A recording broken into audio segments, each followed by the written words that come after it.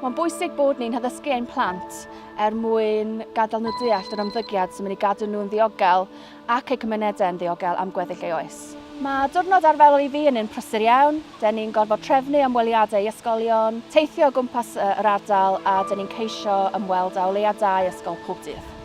Dwi wrth fy modd yn mynd mewn i'r ysgolion a siarad efo'r plant a gweld y gwahaniaeth da ni'n gwneud wrth roi negeseuon diogelwch pwysig i'r plant a gwybod bod ni'n gwneud gwahaniaeth mawr.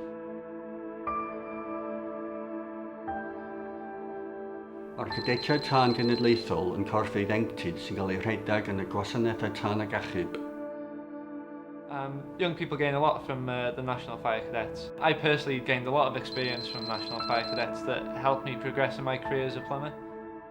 Mae archwiliadau diogelwch ragtan yn hollol bwysig yn y cymuned i wneud yn siŵr bod pobl yn saff yn y tŷ a hefyd i checio am pethau fel plygiau sydd wedi cael eu gorlwytho a hefyd am pethau fel sgamau hefyd. Rydyn ni'n defnyddio ffurflenni i cael gwybodaeth o'r person yn y tŷ. Wedyn ni'n defnyddio gwybodaeth hwn i roi ar yr injan tân i'r diffoddwr tân gwybod amdano eu sefyllfa nhw yn y tŷ, enghraifft os maen nhw'n cysgu lawr llawr.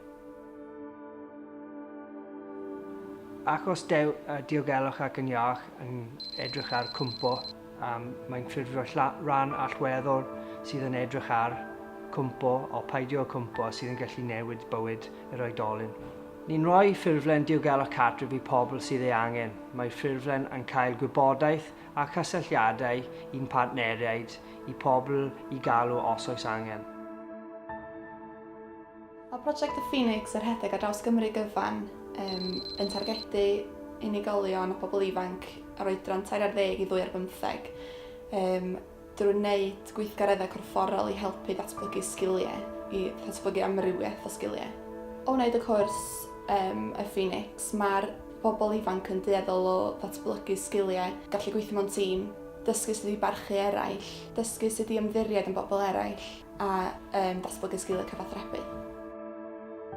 Mae o'n dda i gael gweithio efo pobl ifanc, ond mae o'n wych i fi gael weld gwahaniaeth yn y diwedd a datblygu a wneud gwahaniaeth.